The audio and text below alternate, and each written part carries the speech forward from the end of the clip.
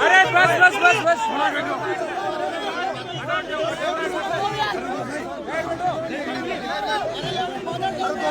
भाई साहब 1 मिनट जाओगे भाई साहब 2 मिनट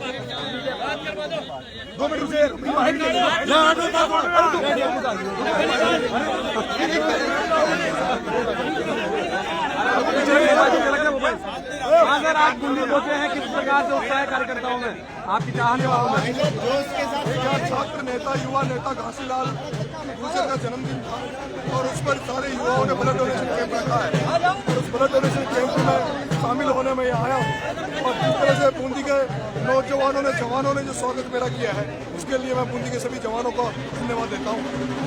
भगत सिंह पार्टी का आपने ऐलान किया है, भगत सिंह पार्टी आपने बनाई, क्या कहना चाहेंगे? भगत सिंह सेना हमने एक सामाजिक संगठन का गठन किया है। सामाजिक संगठन सभी जनहित के लिए काम करेगा, किसानों के लिए काम करेगा। ये भगत सिंह सेना नौजवानों के लिए काम करेगी, बेरोजगारों के लिए काम करेगी। भगत सिंह सेना पर्यावरण, नशा मुक्त राजस्थान, भ्रष्टाचार मुक्त राजस्थान के लिए काम करेगी। इसमें मैं आह्वान करता हूं कि राजस्थान के सभी छात्र और युवाओं को इसमें ज्यादा से ज्यादा संख्या में जुड़े ताकि हम जनहित के मुद्दों पर भगत सिंह सेना संगठित होकर लोगों के लिए काम करें। सर, आप चुनाव में हार को स्वीकार किया है नरेश जी ने, क्या कहना चाहिए? बिल्कुल, मुझे बहुत ही बड़ा आशीर्वाद जनता की जनता ने दिया है। 55,000 वोट निर्दलीय होने के बाद भी मुझे वहाँ लोगों ने दिया है, उसके लिए मैं जनता की जनता का आभार व्यक्त करता हूँ और धन्यवाद दूंगा मेरे युवा साथियों का जिस तरह से अंता के चुनाव को संभाला। लेकिन दुर्भाग्य रहा कि अंता का चुनाव हमने किसान नारे पर लगाया था, किसानों के झंडे के तले हम अंता का चुनाव लड़े थे।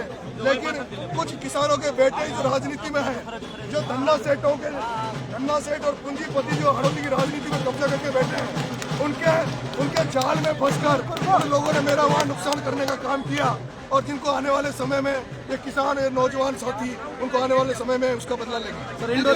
कांग्रेस बीजेपी साथ होगी क्या?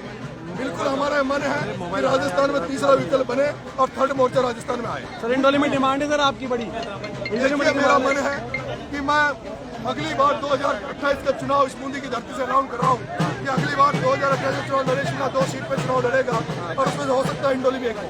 सर, बूंदी में बड़े बड़े नेता है, लगातार 7 दिन में 4 प्रसूताओं की मौत हो गई है और बच्चे भी मरे पर कोई जवाब देने को नहीं। देखिए, जिस तरह की हाड़ौती में राजनीति हो रही है, हाड़ौती में पूंजीवाद की राजनीति, धनबल की राजनीति की जाती है, बाहुबल की राजनीति की जाती है। मैंने देखा है, एक बार मैं बीच में आया था, 3000 बीघा जमीन पर यहाँ लोकसभा स्पीकर ओम बिरला ने कब्जा कर रखा है गौशाला के नाम पर, जिसमें 700 बीघा जमीन गौशाला के नाम की है।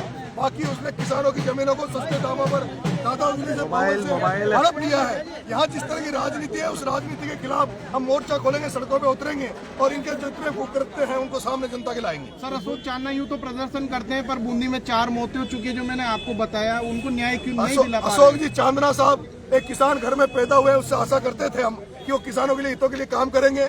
लेकिन उसने जिस तरह से पिछले लोकसभा चुनाव में प्रहलाद गुंजल को हराने का काम किया, उसने जिस तरह से मेरे को और वहाँ पे जो मेरे साथ एक बीजेपी से भी एक किसान के बेटे को टिकट मिला था, मैं चुनाव लड़ने के बाद भी मैंने जो मोरपाल सुमने किसान का बेटा चुनाव लड़ रहा था उसके खिलाफ एक शब्द नहीं बोला। लेकिन जिस तरह से अशोक चांदना ने वहां जाकर जिस तरह से प्रमोद जैन भाई एक धन्ना सेठ के लिए काम किया है, उसको ये जनता नहीं भूलेगी, किसानों के बेटे कभी नहीं भूलेंगे। तो इंडोली में चका देंगे आप सबक माने? बिल्कुल मैं 28 तारीख को हेलीकॉप्टर से, मेरी इंडोली में बड़ी एक सभा है, उसमें आ रहे हैं। Thank you.